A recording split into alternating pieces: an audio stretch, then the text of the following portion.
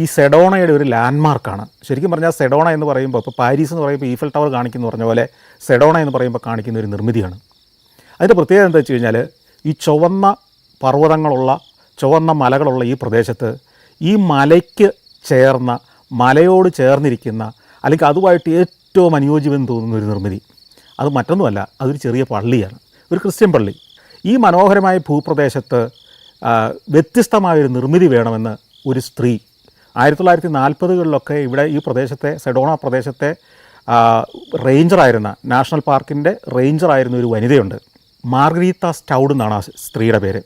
അവർ ഒരിക്കൽ ന്യൂയോർക്കിൽ സന്ദർശിച്ചപ്പോൾ ന്യൂയോർക്കിൻ്റെ ലാൻഡ്മാർക്കായിട്ട് Empire state building ഇങ്ങനെ തലയുയർത്തി നിൽക്കുന്ന കണ്ടപ്പോൾ പുള്ളിക്കാരത്തിക്ക് ഒരു തോന്നലുണ്ടായി, പുള്ളിക്കാരത്തിയുടെ നാടായ സെഡോണയിൽ അതുപോലെ ആൾക്കാർ വന്നാൽ മുമ്പിൽ നിന്ന് ഫോട്ടോ എടുക്കുന്ന ഒരു ലാൻഡ്മാർക്കായി മാറുന്ന, ആ പ്രദേശത്തിൻ്റെ ഒരു ഐക്കണായി മാറുന്ന ഒരു നിർമ്മിതി വേണമെന്ന്. അപ്പോൾ പുള്ളി വിചാരിച്ചു ഒരു പള്ളി തന്നെ പണിയാം. കാരണം ബാക്കി ഏത് സാധനത്തിന് ചിലപ്പോൾ അവിടെ നിർമ്മാണത്തിന് അനുമതി കിട്ടിയെന്ന് വരില്ല. പക്ഷേ അതിനും ഒത്തിരി തടസ്സങ്ങളുണ്ടായി. അങ്ങനെ ഇവർ ഒത്തിരി പ്രതിബന്ധങ്ങളെ തരണം ചെയ്ത് കുറേ കാലത്തെ അധ്വാനത്തിന് ശേഷം അവരുടെ സമ്പാദ്യം മുഴുവൻ ചിലവാക്കി പണിത ഒരു കൊച്ചു പള്ളിയാണിത്.